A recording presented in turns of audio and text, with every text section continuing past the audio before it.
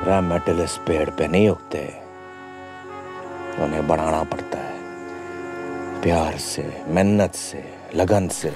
Hello बच्चों, मेरा नाम है कोच राहिल और आज मैं आपको बताने वाला हूँ कि कैसे नीट के एग्ज़ाम में आप ये इंश्योर कर सकते हो कि आपका स्कोर आपकी कैपेबिलिटी से एक नंबर भी कम ना हो। यानी कि आपको जितना आता है आपने सब कर लिया, कोई भी सिली मिस्टेक ना हो, कोई भी नर्वसनेस ना हो, पेपर बिल्कुल ना छूटे। ये आप कैसे इंश्योर कर सकते हो? तो आज से 7-8 साल पहले 2 मूवीज़ आई थी लगभग बराबर टाइम पे।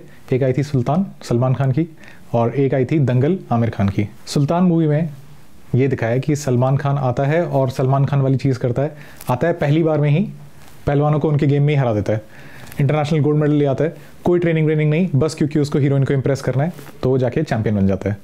दूसरी साइड पे दंगल मूवी में दिखाया कि आमिर खान अपनी डॉटर्स को ट्रेन कर रहा होता है और एकदम बचपन से उनको ट्रेन करता है, जब से वो बहुत छोटी होती हैं तब से उनको ट्रेन करता है और दिखाया कितना हार्ड वर्क होता है। छोटी छोटी बच्चियाँ बहुत मेहनत करती हैं और फाइनली जाके वो इंटरनेशनल लेवल पे कम्पीट करती हैं। और तब भी ऐसा नहीं कि पहली बार में जाके गोल्ड मेडल लेके आ जाती हैं, पहले वो स्ट्रगल करती हैं और इवेंचुअली जाके वो सक्सेसफुल हो पाती हैं। आप खुद सोचिए कि अगर आप पहला सीरियस एग्ज़ाम नीट का लिखने वाले हैं 6 तारीख को, 6 मई को, तो क्या ज़्यादा लाइकली है कि आप एक बार में ही तोड़फोड़ मचा के आ जाओगे, एकदम ज़बरदस्त स्कोर मार के आ जाओगे, या फिर ये ज़्यादा पॉसिबल है कि आपका 1-2 क्वेश्चन सिली मिस्टेक से गलत हो जाए? तो हम लोग क्या कर सकते हैं ये इंश्योर करने के लिए कि हमारी कैपेबिलिटी से एक भी नंबर कम हमारा नीट के एग्जाम में ना आए? वो हम लोग डिस्कस करने वाले हैं इस वीडियो में। एक बार फिर से, मेरा नाम है कोच राहिल। मैंने जेई 2009 दिया था, मैंने IIT कानपुर से पढ़ाई की है और उसके बाद मैंने कैट 2014 में लिखा था, मैंने IIM अहमदाबाद से भी पढ़ाई की है। तो आई नो कि कैसे आप कॉम्पिटिटिव एग्जाम्स में अपना ऑप्टिमल परफॉर्म कर सकते हो और उसी बारे में हम लोग आज से कुछ दिन बात करने वाले हैं। ठीक है, अगर आप ऐसे और वीडियोस देखना चाहते हैं तो please subscribe to our channel.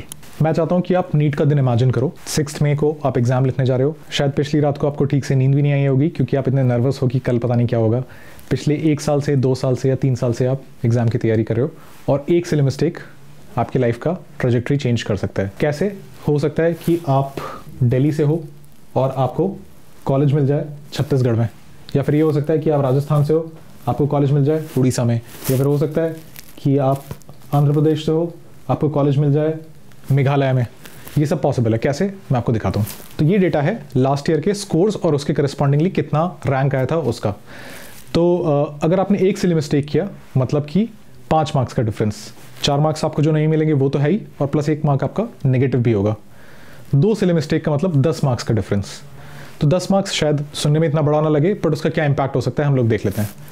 Let's say कि आपका स्कोर 691 आ रहा होता, 690 आ रहा होता, तो आपका स्कोर, तो आपकी रैंक होती 3887। शायद इस रैंक पे आपको दिल्ली का कोई कॉलेज मिल जाए।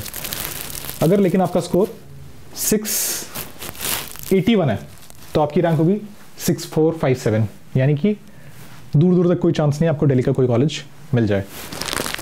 अगर आपका स्कोर है 669 तो आपकी रैंक है 13305। आपका स्कोर है अगर 660 तो यानी 19637, यानी कि 6000 रैंक का डिफरेंस। हो सकता है कि आपको आपके स्टेट का कॉलेज ना मिले, आपको कहीं दूर जाना पड़े।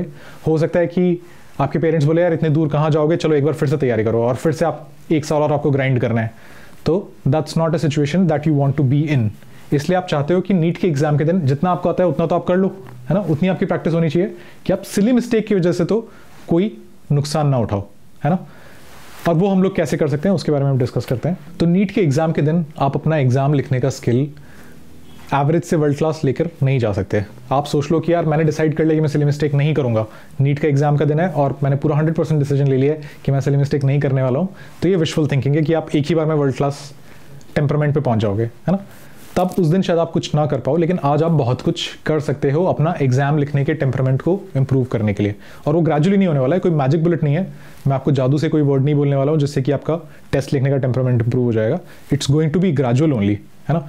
मैजिकली कुछ भी नहीं होता है, हर चीज़ मेहनत से ही होती है, लेकिन आपको उसके लिए कुछ स्टेप्स लेना ज़रूरी है। और बहुत ही सिंपल है, आपको अगर अपने टेस्ट का टेम्परामेंट बिल्ड करना है तो आपको टेस्ट लिखने की प्रैक्टिस करनी है। हो सकता है जब आप अपना टेस्ट लिखो, आप जब टेस्ट पेपर देखो तो आपको रियलाइज़ हो यार ये पहला क्वेश्चन ही मुझे नहीं आता, अचानक से आप घबरा जाओ और चांस है कि आपका फिर मोराल थोड़ा कम हो जाए, जिससे आप सिली मिस्टेक करने लग जाओ या फिर आपका खुद पे कॉन्फिडेंस कम हो जाए और आप उतना अच्छे से टेस्ट ना लिख पाओ, जिससे कि आपका शायद स्पीड थोड़ा स्लो हो जाए, आपको डबल चेक करना पड़ जाए, आप अपने फॉर्मूलाज पे डाउट करने लग जाओ कि यार फॉर्मूला मुझे गलत तो ध्यान नहीं है। ये सब हो सकता है अगर आप टेस्ट लिखने के लिए यूज टू नहीं हो। टेस्ट लिखने के लिए यूज टू होने के लिए आपको क्या करना पड़ेगा, टेस्ट रेगुलरली लिखना पड़ेगा, है ना। टेस्ट कैसे लिख सकते हो आप, कहीं से भी आपको टेस्ट पेपर मिल जाए, चाहे ऑनलाइन चाहे फिजिकली आपके पास टेस्ट पेपर अवेलेबल है, तो आप टेस्ट लिख सकते हो, है ना। तो एक अच्छा तरीका टेस्ट लिखने का ये है कि आप ऑनेस्टली अपना टेस्ट लिखो। आप शांति से बैठे हो, आपको कोई डिस्टर्बेंस नहीं है, आप बुक्स, अपने नोट्स, किसी चीज़ को रेफर नहीं कर रहे हो। आप बहुत सिंसियरली अगर ये चीज़ कर सकते हो तो बहुत अच्छी बात है। अपने पेरेंट्स को बिठा के या कैसे भी आप ये सिंसियरली अटेम्प्ट कर सकते हो। तो आपको अभी से लेकर नीट के एग्ज़ाम तक कम से कम 15 से 20 मॉक टेस्ट्स अटेम्प्ट करने चाहिए। कई बार क्या होता है कि हम लोग सोचते हैं कि यार अभी तो ये फॉर्मूला पड़ा था, मुझे जस्ट याद ही तो था, एक बार जल्दी से चेक कर लेता हूँ, और फिर हम लोग हमारा फॉर्मूला चेक करके अटेम्प्ट कर देते हैं। हमें पता भी नहीं होता कि हमने चीटिंग की है, बट हमने चीटिंग की होती है और वो रियलिस्टिक रिप्रेजेंटेशन नहीं होता है। नीट के एग्जाम के दिन तो हमें फॉर्मूला शीट नहीं मिलने वाली है, नीट के एग्जाम के दिन तो हमें नहीं पता चलने वाला है ना कि क्या चीज़ हमने जस्ट अभी पढ़ी थी वो उसको तुरंत हम लोग रिवाइज कर लें। इसलिए आपको ज़रूरी है कि आप टेस्ट्स एक ऑथेंटिक एनवायरनमेंट में दें जहाँ पे आप खुद को अकाउंटेबल रख सकें। और उसी के लिए नीट प्रेप का असेंट 3.0 टेस्ट सीरीज अवेलेबल है, जो कि 15 दिसंबर को जिसका पहला ऑफलाइन टेस्ट होने वाला है। 8 दिसंबर को उसका एक ऑनलाइन टेस्ट हो चुका है, उसके बाद सारे टेस्ट उसके फिजिकली क्लासरूम्स में होंगे। कहाँ कहाँ पे सेंटर्स है इसकी डिटेल्स भी आपको हमारे टेलीग्राम चैनल पे मिल जाएगी। पर मैं आपको क्विकली बता देता हूँ कि इस टेस्ट सीरीज में क्या कवर होगा, कैसे कवर होगा और कैसे आपकी टेस्ट लिखने की प्रैक्टिस हो सकती है। तो 15 दिसंबर यानी कि इस संडे को पहला टेस्ट है, जिसमें 11th के चैप्टर्स हैं, बायो, केमिस्ट्री और फिजिक्स तीनों के। अब आपके लिए टेस्ट देने से क्या फ़ायदा होने वाला है, ऑब्वियसली आपका टेस्ट के दिन का टेम्परामेंट बढ़ेगा। दूसरी चीज़ जो आपको फ़ायदा होगा वो ये है कि आपको समझ में आएगा कि रिवाइज कैसे करना है। नीट का सिलेबस काफ़ी वास्ट है, आप पढ़ भले ही लो, लेकिन अगर आपने रिवाइज नहीं कर रखा है तो आप हो सकता है कि 20% 30% अपना कॉन्टेंट भूल जाओ एग्जाम के दिन। आपने पढ़ लिया लेकिन अगर बहुत टाइम हो गया पढ़े हुए तो आप भूल ही जाओगे, है ना, बिकॉज सिलेबस इतना वास्ट है। तो रिवाइज करके अपना सिलेबस करंट रखना भी एक बहुत इंपॉर्टेंट स्किल है। वो हम लोग कैसे कर सकते हैं एक बार देख लेते हैं।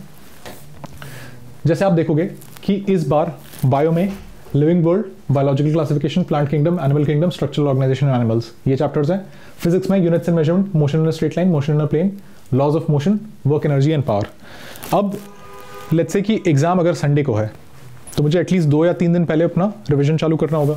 इसमें सिलेबस ज़्यादा नहीं है तो लेट्स से मैं 3 दिन पहले अपना रिवीजन चालू कर रहा हूँ।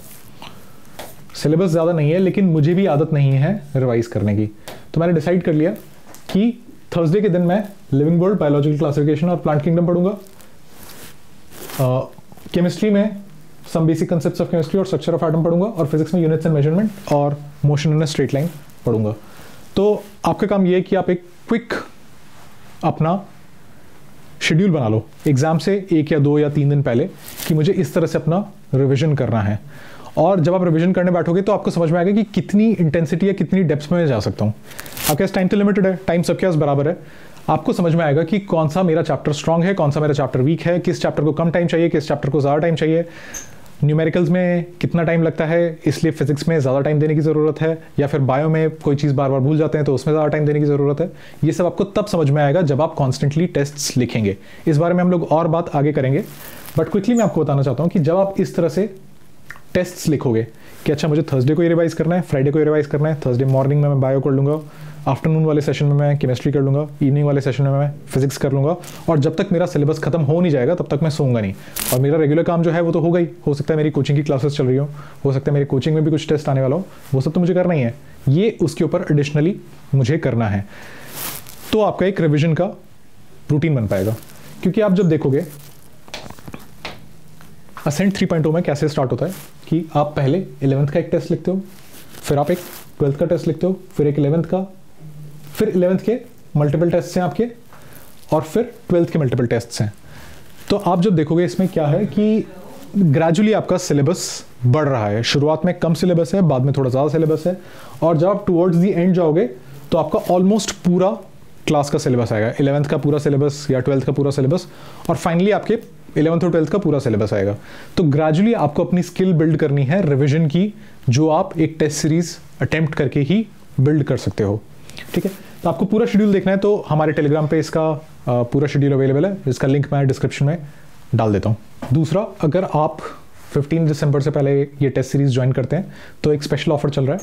आपके पास दो ऑप्शन है, या तो आप अपने 20 क्लासरूम टेस्ट के साथ 6 ऑनलाइन बोनस टेस्ट्स लिख सकते हो, या फिर आपको 20 क्लासरूम टेस्ट के साथ जंबो टेस्ट सीरीज, जो कि एक ऑनलाइन टेस्ट सीरीज है जिसमें फिजिक्स, केमिस्ट्री, बायोलॉजी के बहुत सारे टेस्ट्स अवेलेबल हैं।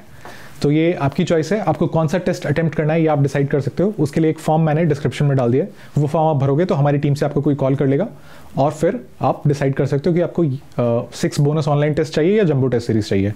अगर आपकी कोई भी क्वेरी है तो ये नंबर जो स्क्रीन पे, इस नंबर पे आप कॉल कर सकते हैं, या फिर आप कमेंट्स में भी मुझसे क्वेश्चंस पूछ सकते हैं। ये मैं यहाँ पे अवेलेबल हूँ आपके सारे क्वेश्चंस को आंसर करने के लिए।